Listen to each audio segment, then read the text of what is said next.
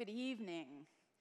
I'm Elisa Lagama, Seal and Michael E. Pulitzer Curator for African Art and Curator in charge of the Michael C. Rockefeller Wing, and it's my pleasure to welcome you. It's a special honor tonight to introduce this conversation between Max Hollein, Marina Kellen, French director and CEO of the Met, and Kulapat Yantrasast, founder, managing principal, and creative director of Y Architecture. They will discuss the transformative renovation of the wing and explore the evolving role of architecture in museums today. Now, this journey began a decade ago when the Met's curatorial team rolled up its sleeves to formulate a plan to bring our storied galleries into the 21st century.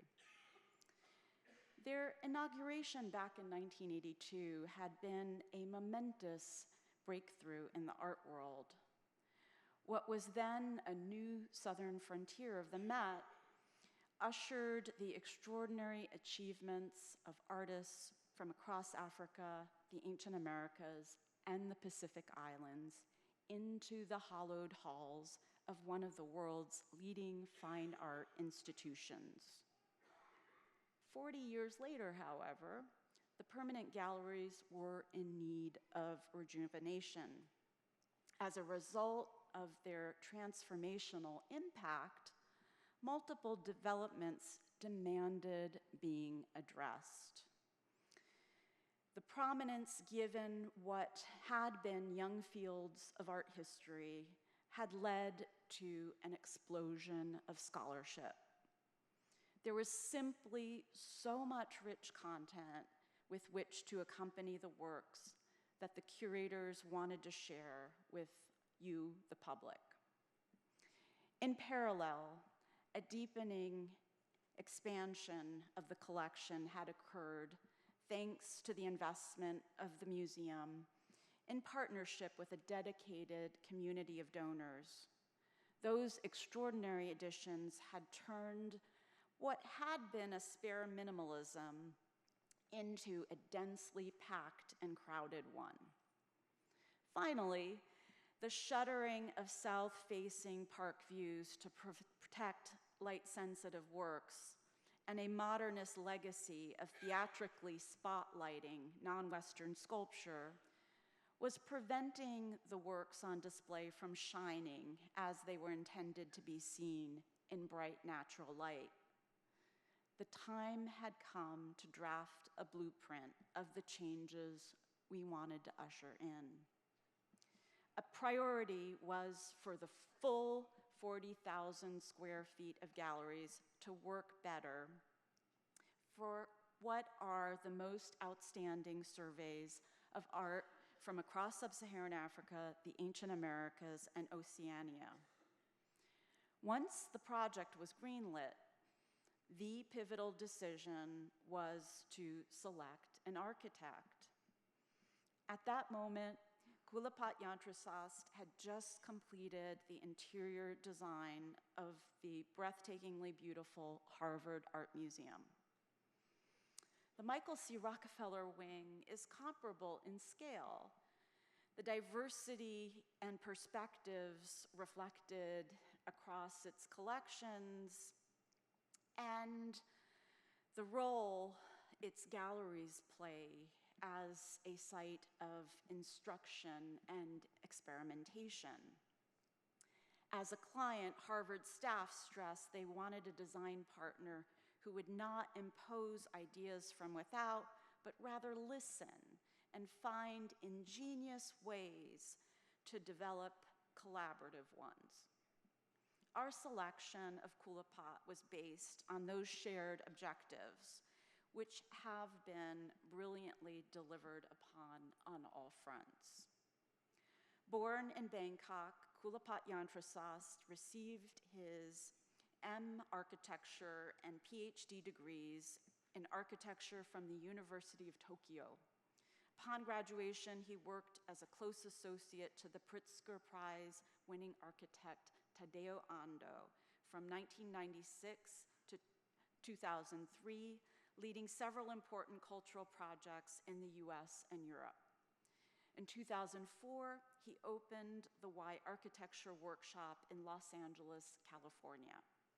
Other institutional clients include the Musée du Louvre, the Getty, the Lucas Museum of Narrative Art, Harvard Libraries, the Walker Art Center, the National Ornamental Metal Museum in Memphis, the San Diego Museum of Art, Frieze Art Fair, and DIB Bangkok, Thailand's first international contemporary art museum.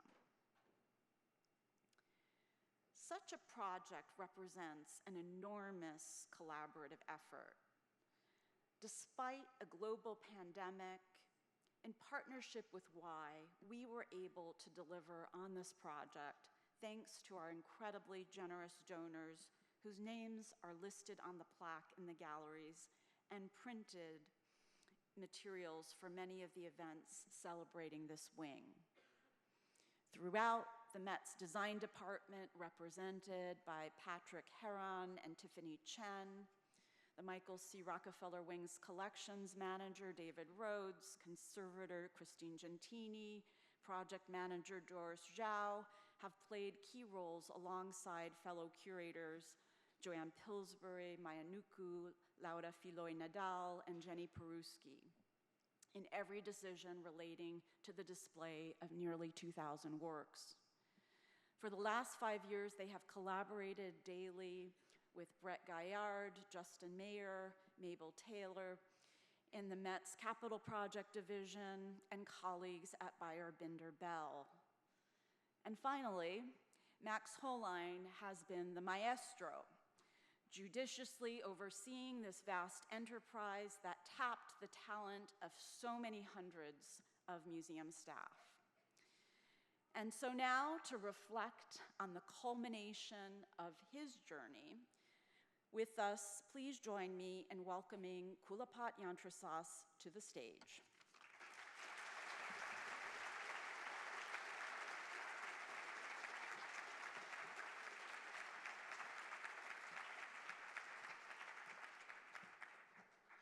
Well, thank you very much, Alisa. As everyone can see, the project is all as good as the client, and I have the perfect client in Alisa and the rest of the Met. So I'm very grateful to be able to have that opportunity. Thank you. I think one thing that perhaps today is, I hope everyone have seen the galleries of the wing already. So I would love to perhaps talk about 10 not very easy steps towards today, the behind the scenes, so that we can lead on to the process and our conversation together later. So, you know, we always ask ourselves with the questions, in this case, and I always go back to food because, you know, born and grew up in Thailand, food is such a big part of our culture. I'm sure every culture is the same. But in our case, in my case, the contrast between Thai food and Japanese food somehow really lead me to the thinking about culture, right? And food and architecture is my obsession, right? How do we talk about this? At the end of the day, it's about people. It's you creating this cultural form that get delivered. It's about the person who received it, the nourishment, the inspiration, living on into that culture. That part, I think, is very similar. So I've been thinking a lot about that. And in my case, I can't help reflecting on two things that I've mentioned before. And I'm saying this because I think culture today needs a little bit of a Thai food mentality. Because in the modern times, when everything is very well defined and developed, we're living a little bit in the sushi as culture world. Everything is very exclusive, it's very well defined. It's about the depth and clarity of thought very clearly, right? But at the same time, we no longer have one single voice. We have so many voices in society. To be able to be inclusive, to be able to be strong together as a team, we need a conductor who allows the diversity and the difference to live together to create a harmony. Just like Thai food, right? When you look at a pad Thai, You have, spicy, salty, sweet, everything all at once, right? It's not about depth as in sushi, one fish, one flavor at a time. It's about 10 flavors at one time attacking you. But somehow it leaves you with this sense of nourishing. Of course, Thai food is not unique, but it's kind of my origin. And by looking at it, and I feel like the architect who used to work for one singular client, like the Fountainhead and Rand's book, is moving on into more of the conductor of ideas. How can we as architects bring in the best ideas, the best thoughts, not only from clients, from the public, from the community, in this case, curators, preparators. We touch on every department of the Met to be able to bring the best quality that we can offer to the public. And the role of an architect is not just a designer, but a conductor of ideas to implement the best result that we can get out of the budget and the time. So within that in mind, I want to softly suggest this idea of soft mixed pad thai, our way of thinking about culture.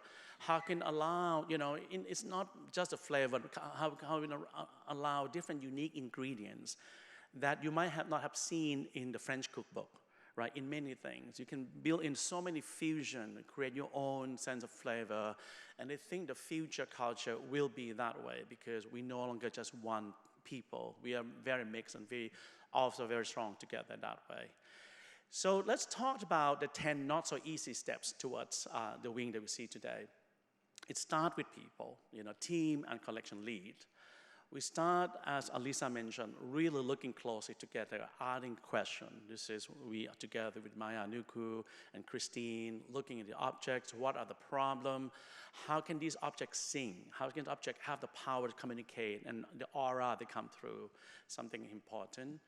On the other side, I just mentioned, in 2007, I felt it's so important for me to pay respect to Kevin Roche, who's the architect in this picture. So I asked, one of his children, who I know a little bit, so I went to see him in May of 2017 to hear what he has to say. Kevin Roche is perhaps the architect that has the most impact on the expansion of the Met up to date. He expanded a variety of wings at the same time.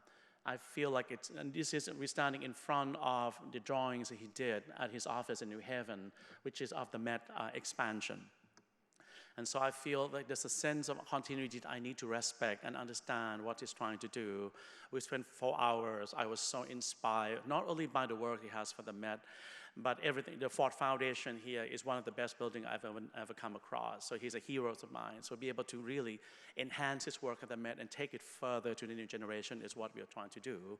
Again, we work not only with the drawing, but model and mock-up. You can see in this case, many conversations, many options, looking at how can we really define the different 3 regions that, as you mentioned about, we have 2 continents and 1 ocean. The idea of how Africa, the arts of ancient Americas, and the art of Oceania, which are completely separate part of the world, all 3 of them combined cover 3/4 of the world, all lumped up in 40,000 square feet. So within this density, this sense of lumping up, how can we create a sense of clarity? And within each of the region, there's hundreds and hundreds of cultures. Many of them don't have anything to do with each other, but get lumped together because they work, every African mass looks like an African mass to everyone. So how can we really start to help to discern and create a sense of respect, a sense of mutual understanding between each culture within the region as well? So we start by looking at these. One thing that we start, if I can go back, this is the floor plan of the wing, which is exactly 40,000 square feet, 200 by 200 feet.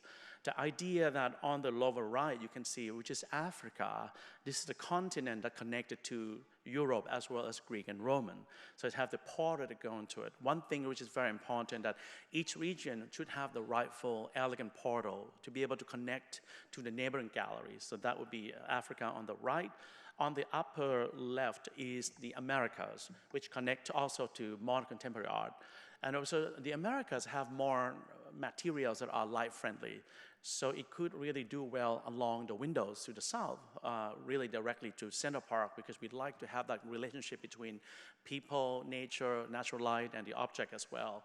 And you could see in this case that Oceania, the art of Oceania, is flowing like an ocean between the two, which really go with the sense of the Pacific Islands, that idea that these are subgroups. The ocean is not only divided, but they connect everyone together, as we heard many from the delegations. So this is my little cute little sketch to talk about the Oceania as a place to flow from one to the other. It flowed from the northwest corner to the southeast corner. And we see how this diagonal flow lead you through this navigation of fluid spaces between different cultures of the Pacific Islands. And so we kind of come up with this plan, which is still somewhat similar. This is from the schematic design, which may be around 6 years ago. But you can see that we there's many things I would go into the detail after. Again, this might be mind-boggling, but because, as you know, we have 1,726 objects that we want to make sure that it doesn't overwhelm people at one time. There's a layer of experience and understanding as you go through. But we have ambassadors objects that lead you on deeper into understanding of each of the region and the cultures within each of the region. The bigger part is also the park, who's our best partner and neighbor, to be able to really take advantage, not only from the view of the park, but the natural light, but allow people to know where they are. Big museums like the Met and others, when people come in, it's sometimes difficult to navigate, to be able to know where you are within the museum, to be able to have a sense of relaxation, recreation between art. All of this is so crucial. So the park and the connection to the park has always been the factor from the beginning. This is show a little bit of the plan. You can see the red, which is the walls. So the way that we organize the wall is in the north-south configuration. The blue line to the left is the window to Central Park. So you can see that we plan the wall so that even if you are 300 feet away from the park, you can still see the park. It's not just you have to be in front. So the sense of, because most of these materials are made with natural light, so even though they're light sensitive, the connection back to the light and the view is crucial in this case.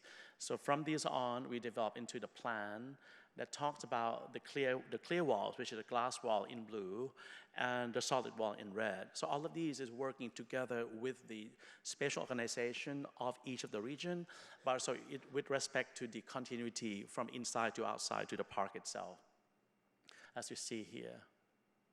Again, you can see that we're roughly around maybe 100 feet away, but you can still feel the sense of the park. The object, many of them, even though light sensitive, can still have the park and the light as background. And in order to build this condition forward, for each of the region, we look into inspiration drawn from the architectural references from the three regions.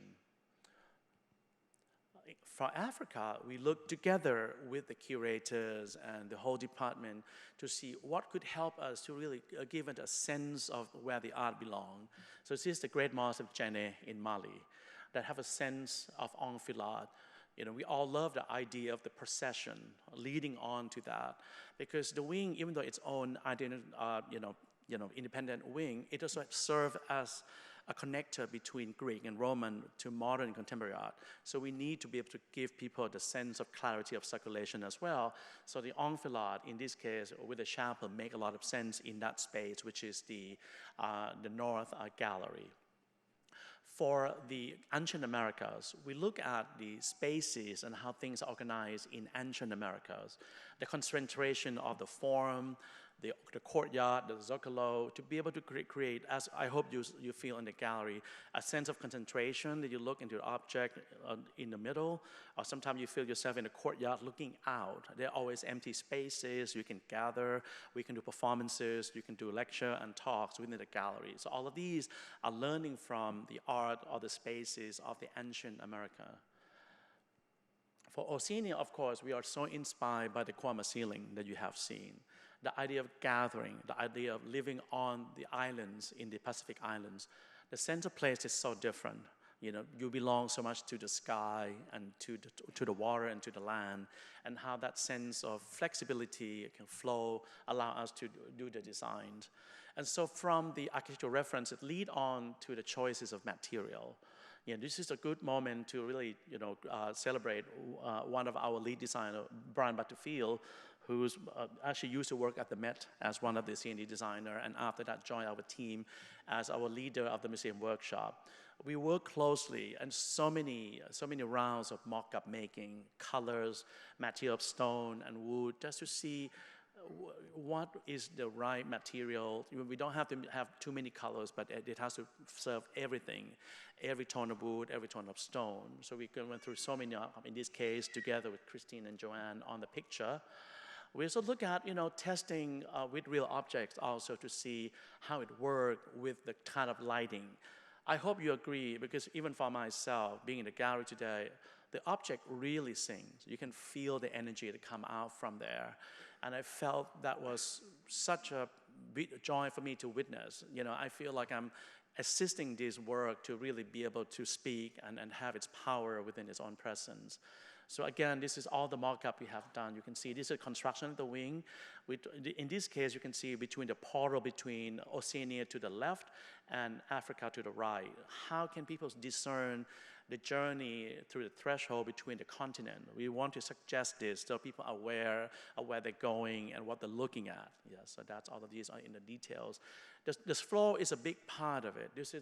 We actually maintain the original floor, which is part of the wing itself, which is this pink granite from Connecticut. But we really work with so many samples to sandblast, to refinish it so it has perfect neutral color, gray with a tint of pink that you can see there.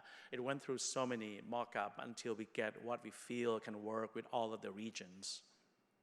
You can see that construction. Many of you asked me about the ceiling, which I can come back in a little bit about why that is part of the decision. This is the photograph of the African section as you come through from the Greek and Roman. You can see through all the way to Roman modern wing in the back, but you can see the continuity from also Africa to Oceania itself. This is, again, if you come in, from the Africa going back to the west, which is the modern section here. This is the ancient America. You can see how the objects are really celebrated by natural light, because most of these objects are light friendly, as well as the view of the park, which is right there. And natural light is its own subject. This is one of the most complicated and difficult that we work through as a team. We work closely with our architect of record. We cannot wish for a better partner, Bayer Blinderbell, who's really have worked with great experience at the Met, has worked on many, many parts of the building, has been a great partner from day one to see how we can really not only make the transformation, but be super efficient in terms of the design, in terms of energy conservation, in terms of time and money as well. All of these are discussions we have had. You can see that closely. These are the curtain wall on the south side, which is slanted. And this is, as I mentioned, opened in 1982. But since then, it's come to its age that it has to be replaced. So when we work on that, we look to the right way to really bring the light in, but not the heat. Be able to really softly let people connect to the park and softly glow from the natural light, but make sure that the light level from outside doesn't really harm the art, which have some light intimacy as well. Not only our team of architects and engineer consultants to work together, we work closely with the department, with the conservation team, with everyone at the Met to make sure that we are first and foremost taking care of the art objects. These can live on beyond our generation, but we are allow people to connect also to the object and to nature. But we also have areas where they have objects that are more light sensitive. In this case, you can see Christine standing in front of the feather, which is one of the most stunning pieces that not only kind of have maybe more dim light, but more focus. Look closely. One thing that we're trying to do is you have the grandeur as you walk in, but immediately you found a moment of intimacy and discovery waiting for you in different part of it. So experience go from grandeur and open and high ceiling to more intimate, closely looking, and many things. So you never get bored within one and the other. And we do this because we know how difficult it is for people to sustain concentration in a big museum and be able to refresh their way of looking at objects in many, many manners. The ceiling is a big part of that, and there's many, many reasons for this. The first one, you might not know, but when the beginning, we look at all the ceilings that exist in the Met itself. You know, from the Grand Hall to the Greek and Roman, the galleries and the courtyard, to even the American Wing, to many other European galleries. You can start to understand how floor and wall and ceiling connect. So we want to be able to create a similar DNA. We don't want to be the odd one out. We feel like this sense of continuity and people experience this. Especially in our case, many visitors come in from Greek and Romans with amazing amount of light, 200, 300, 3,000 lux of light, and all of a sudden come into the Rockefeller, which is 50 lux. Right? So all of a sudden you feel very gloomy. Everything looks so dark. So we want to be able to translate these in terms of the architecture, but the transition that allow the art to feel uplifting, allow the work to feel inspirational, and there's a sense of relationship between the work and the art piece. So this is how we learn from. And the other, which is important too, this is the actual section of the wing. You can see how complicated the ceiling height is. Right? We walk from the north, which is, you can see over 25-foot ceiling height, go down to 11, you go down to up to now 25 and go up to 70. So these are the profile. So we need to find a way to unite all the ceiling together. If you recall, at least for me, before the renovation, you go into the high ceiling, 25 feet, and you look into the lower gallery at 11 feet, it's like, I don't want to go there. That looked like an attic, right? Because the light and everything is so different. So we don't want to use that because the low ceiling is 1/3 of the gallery. We cannot really let it be a secondary space. Everything has to sing together. And so we create a sense, that's where the arch of the ceiling come in, because it transitions softly from the high ceiling to the low ceiling. It feels like a wave that continue together. It also helps to hide some of the fixtures that's in the ceiling, because every object have 1 or 2 lights on them. So if you don't have a way to conceal it, it would look like all these birds, on wires all the time when you come in. So we want to conceal this to make more quiet and welcoming ceilings. And the arch, as we talked about, also connects so well with the rest of the ceilings you've seen, from the Grand Hall to Greek and Roman, leading on to many others. So these are our ways of really connecting, but also being different in terms of the aesthetic. You can see this is under construction from the Oceania department here. This is after. One thing that I'm very proud here for our team is we are able to install the beach pole that you see here as if they were on the sand, because this is what they would be in the original locations. We don't want any platform on them, so we work very hard with the internal team of the Met, because we have to drill into the floor to make sure it sits there. It feels like just immerse in there, and people can walk around it as if they're walking around when you are in the locations. So this is all part of that. It's really give us a sense. Again, you can see the transition from Africa into Oceania. Very different organization of space. On the front, you see Africa with the sense of the enfilade and the chapels leading on. And when you went through the threshold, you open up to this ocean with islands that leading on from the northwest to the southeast of the Pacific Islands.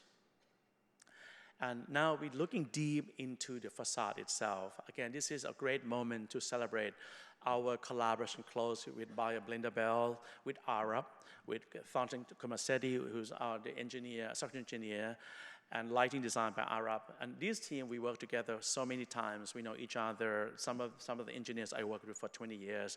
So it's a conversation that take not only expertise, but friendship.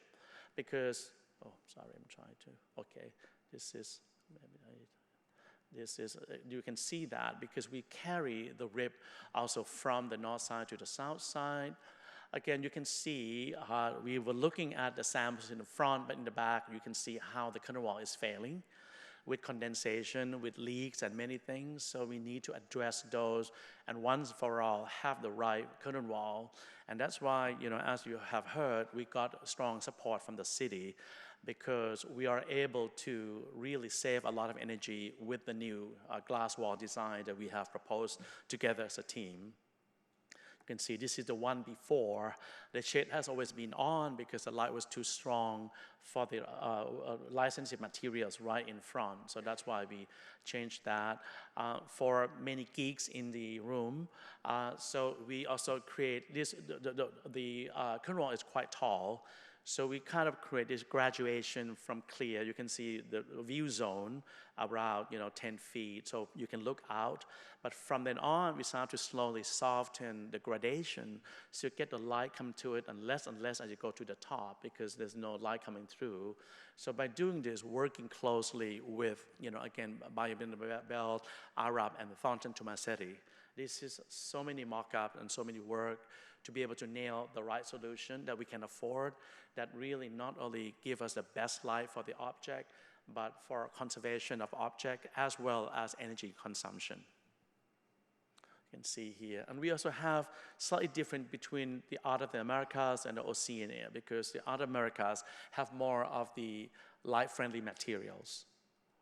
That's that. This is, again, a moment to shout out to Byron Chang, who's our asset director, who's working with myself for 18 years, but really has been working on this project as if he literally lived in the mock-up in this case to really check out everything in here. You can see that in the details. So that is the case. Not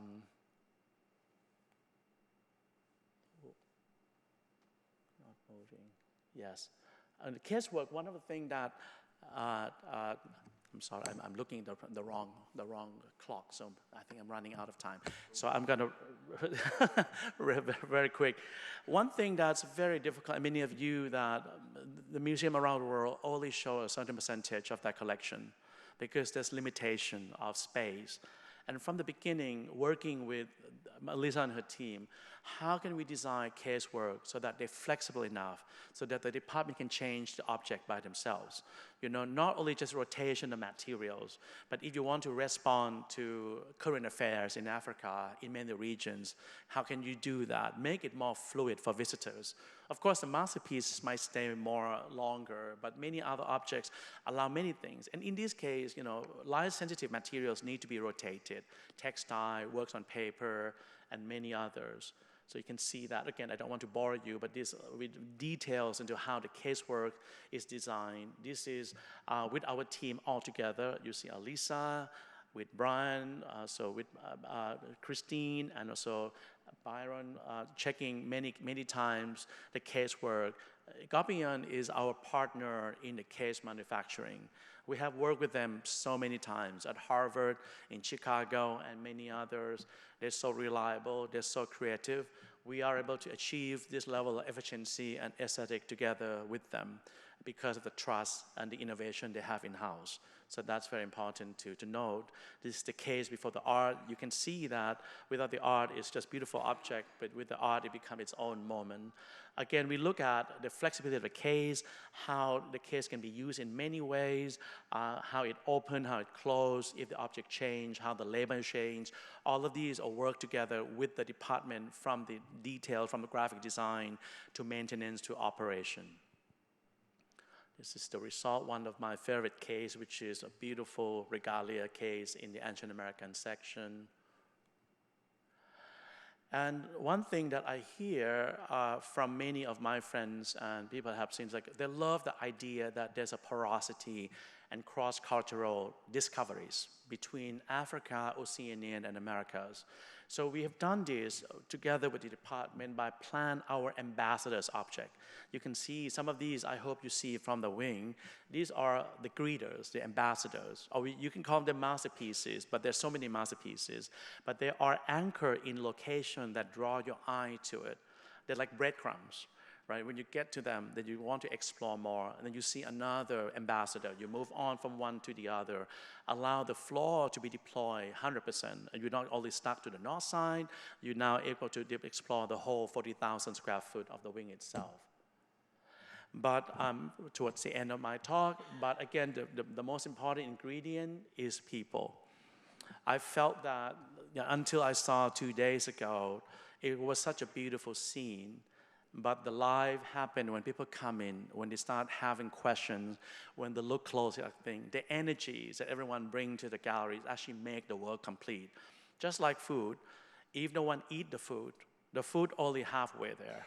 So the gallery too, unless people come and really appreciate and use the gallery the way that you consume food, then the art is not completed. In this case, with this really such inspiring invocation that we have.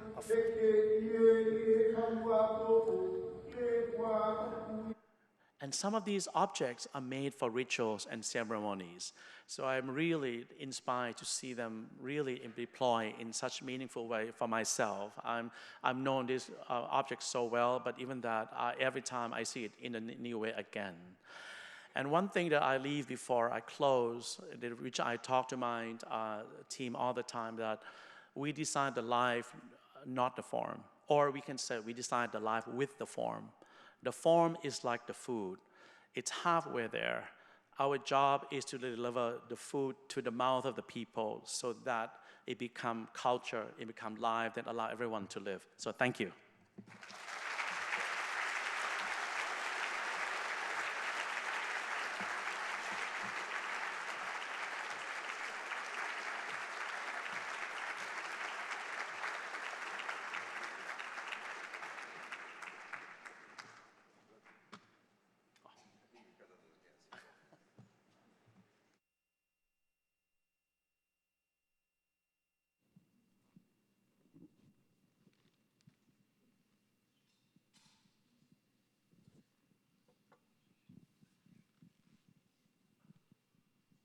First of all, thank you so much, Kulapat, not only for a fantastic lecture, kind of an insight into your whole process, but really also for working together with us and delivering an amazing project. I think that the joy, the excitement, also the pride that we experienced in the last couple of days when we opened the galleries to the different communities has been heartwarming, it has been emotional, it has been exciting, but really also it has been a great credit to the work that you have done and with your teams for the museum and really also for these objects.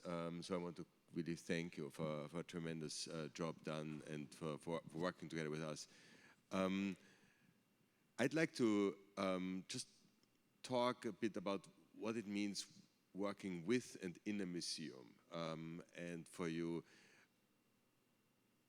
you ended your talk with people, and we've just been through a couple of days of openings, and so after all these years of planning and installing, and now you see the galleries open, and you've just shared with us a lot of the ideas that went into it. So now when you go through the galleries, or when you have gone through the galleries in the last couple of days, what do you look at what people are doing right now? I mean, do you feel, are they following your ideas, or are they surprising you already with misuse of certain, or is suddenly, does it occur to you, or has it occurred to you in the last couple of days, oh, now people look at this way or the other way, or is the usage a bit different? Can you talk a little bit about what you've seen and how that corresponds with your basically your assumptions and your ambition for the space? Well, thank you so much, Max. And thank you again for letting architecture be such a big part of the Met. You know, I think, perhaps because, your father, who's such a hero of mine too as an architect, perhaps because of with that, you really allow architecture to be such a big part of this museum, that we have conversation like this, right? That architecture is taken as part of the culture. And I feel that, of course, architecture is important, but it doesn't, it's a sheltering art, so therefore it has to be with others. And with your direction and guidance, we have this conversation that architecture is now back with everything else. So thank you. So yes, I think, in a way, as an architect, I love surprises and curiosity, right? My parents are here, And they dragged me up. Yeah, sorry, didn't meant to. But they dragged me to museum when I was 7 years old. But now when they go to museums, they're like children. And when they look at things like completely out of the context that any museum goers would do, right? They look at, like, of course, they have questions like how much thing cost, right? Where did they come here? How do we use that, right? You know, it's all these things that I think that everyone have curiosity about, and perhaps maybe they feel afraid to ask, right? So within that, I feel like there's no wrong way to use a museum. There's, you know, the more flexible we are, allow them to be curious, the more they get to their own conclusion and sense of discovery. So for the wing, you know, working with the department, we really want to make sure that the object, first and foremost, have the power to communicate, right? And people look at that, whether they're interested with the aesthetic or why this is objects here. It looked like it can be used in a ceremony, or, you know, all of these questions come in, and then you can find your own answer. So that's something that I felt we try very hard to achieve, yes. I assume it's great to work for the Met. Let's assume that. And it's probably should be a dream for every architect. But I have to already apologize, of course, to Kulapat, because basically, yes, it's a great project, but honestly, and you showed some of this, of course, also already in your talk, it's full of restrictions. I mean, you're not building a new building.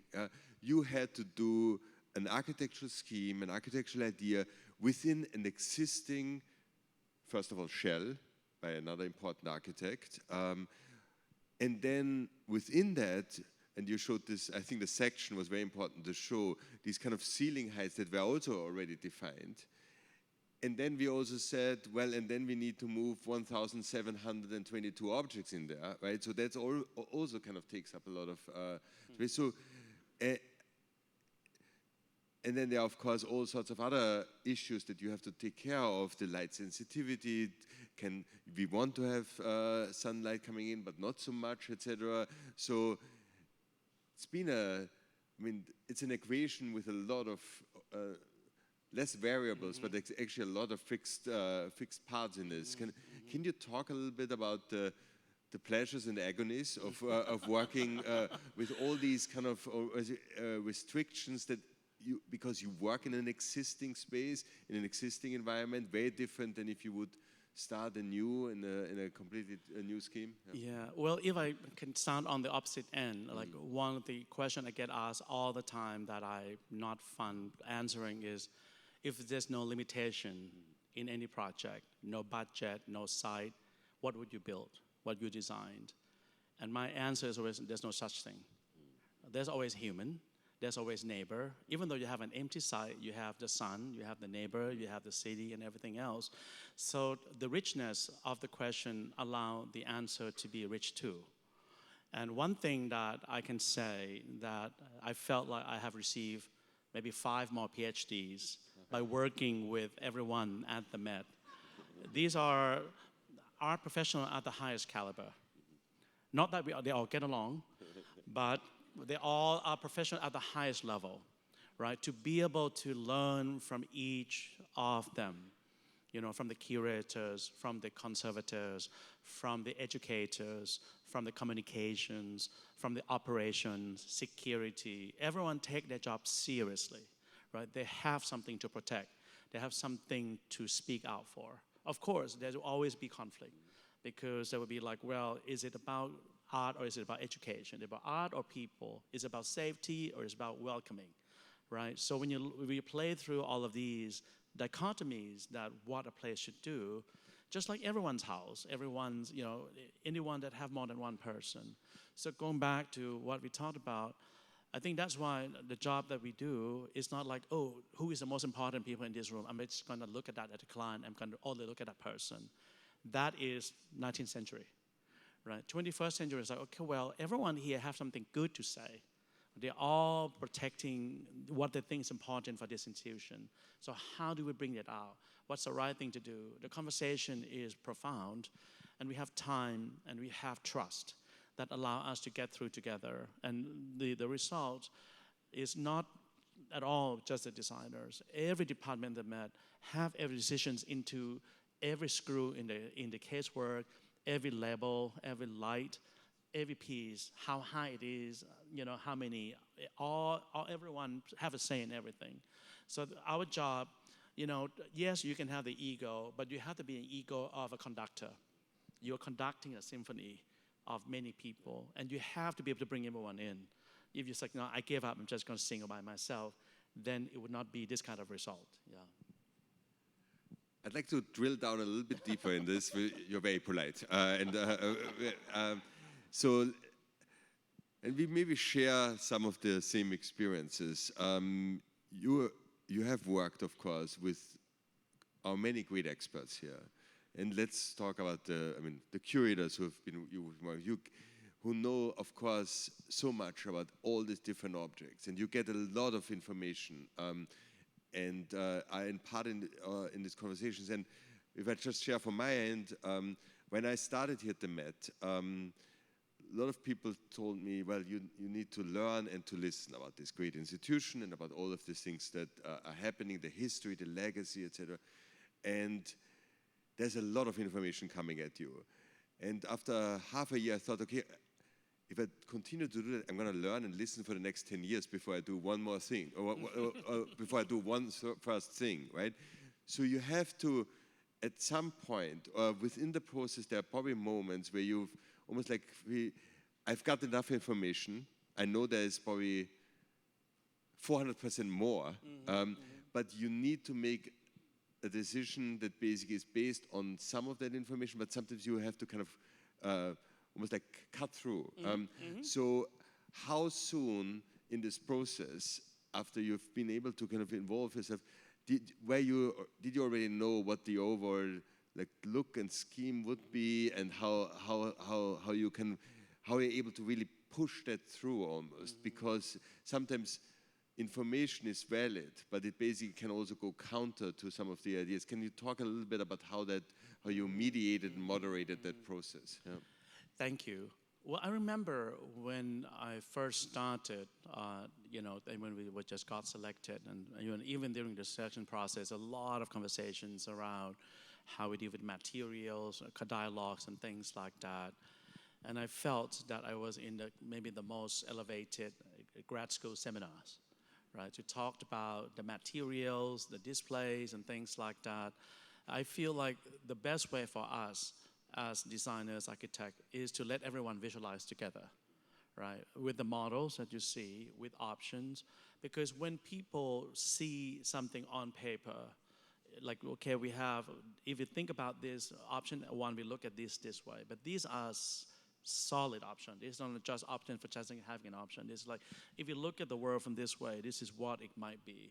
If you're looking at the world from the other way, this is it could be. And really present to everyone to actually, because when you think about a lot of disagreement is actually in the fact that the thing in everyone's mind is different. Sometimes they mean the same thing, but because there's no shared space for them to be able to see the analysis together. So our job is to bring everything on the table and say, yes, if we look at this way, if we divide the three region in this way, it would look this way. What's the pro and con? If we do it this way, what about this? What are the pro and con? So we actually really okay with that. Maybe some designers might not like that. It's like, no, this is my way. I'm going to do it this way. But in a way, I was curious about how people, and I feel like I can really, if I feel something very strongly, I feel like I can convince Alisa and her team to see it the same way. So I think there's a sense of learning and trust throughout the time, yeah. So you've been working with different museums, of course, different museum types, but let's say even different museum organizations or structures and how they are set up. And you're working right now, you have a project coming up with the Louvre and while on the one hand, Louvre and the Met are sister institutions, we also, on the other hand, sometimes a bit differently organized. You work with the Lucas Museum, again, something very different. What kind of role does almost like the original organizational structure of a museum play as a client? Yeah? Have you experienced very different, almost like client models within the museum environment. Absolutely. It's just like, if you want to be serious designer for a home, for a family, you have Wittgenstein, right? You can be as deep as you can go. So every museum is like a different family. It have a different family dynamics. It have different way of thinking about the world. It have the different way to communicate. And so listening is the most important thing to understand, because at the end of the day, we are assisting the museum to have a vision in terms of architecture, to solve the problem and take them further, right? I love the words that I heard from the Pacific delegations, the ancestral future of how we really related to what happened before us and continue through us to the future, how we only touch this institution for tiny period of its life. So we need to help. That's when I use the word acupuncture, because I feel like what we're trying to do is not a facelift. It's not a plastic surgery, or it's about helping the health of the institution further. And so, by learning, not only because the Met 5 years ago and the Met today is very different, right? So Met 5 years from now will be completely different. So therefore, there's no such thing as identity that's fixed. And so we are also part of helping you building that identity. So we need to know where you were and where you want to go, right? They say, aim where the ball will be, not where the ball is, right? So I think that's what we're trying to do. That's why, having understanding the vision that you and the board and everyone understand this is what we want to be in 2030. So how can our project, which happened in 2025, fit there? So that when you open things in 2030, this is as relevant and not dated. So that's something that we need to figure out as we chasing the ball as it moves. Yeah. I'd like to finish with this question that, first an observation, that I think you've created. I have a question for you too. Oh, okay. Well, so I think you've created spaces of not only enormous beauty, but also of great integrity, of spaces that I strongly believe in, and basically that will help us not only engage audiences, but really show objects in the best possible way, beautiful light, but really also in regard to their artistic integrity and possibility. Having said that, and now that we've completed, one almost like problem at museums is all the museums are conservative by definition because we conserve things. We're actually changing, and you just alluded to that in your previous response, we're changing all the time. So also this collection is not a static element. We will continue.